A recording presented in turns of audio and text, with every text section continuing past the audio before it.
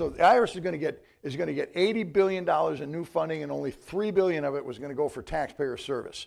So let's talk about IRS funding. Where are we at with IRS funding? You'll all recall that in 1992, Congress passed the Inflation Reduction Act. Under the Biden administration, the Inflation Reduction Act gave the IRS $80 billion in supplemental funding to be spread over 10 years. And when I say supplemental funding, that was on top of their ordinary operating budget, which approximated $12.5 billion a year. So $12.5 billion plus 8 pushed the IRS's annual budget over $20 billion a year, just about doubled it. All right. Of that $80 billion, they were going to hire 87,000 more IRS employees over the course of that 10-year period. I remember conservative news media going crazy saying, oh, they're going to hire 87,000 workers. We're going to have an IRS guy on every street corner. That wasn't exactly what the plan was. They never were going to hire 87,000 IRS workers in 1 year, turn those people loose on America. The fact of the matter is, and I pointed this out in a number of articles I wrote over that period of time, the fact of the matter is during 2023,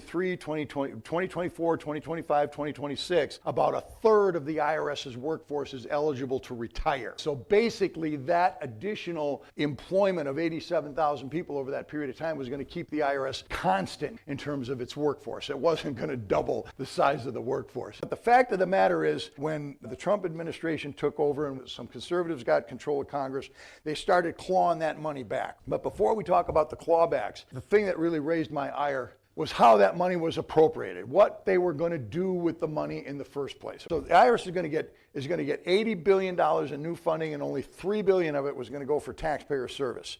About $4.75 billion for computer systems, another $25 billion for operating support, general administrative, top of page 3, almost $46 billion for enforcement, including increased audits, collection, litigation support, and so on. So enforcement won over education by a ratio of 14 to 1, which to me was completely wrong-headed.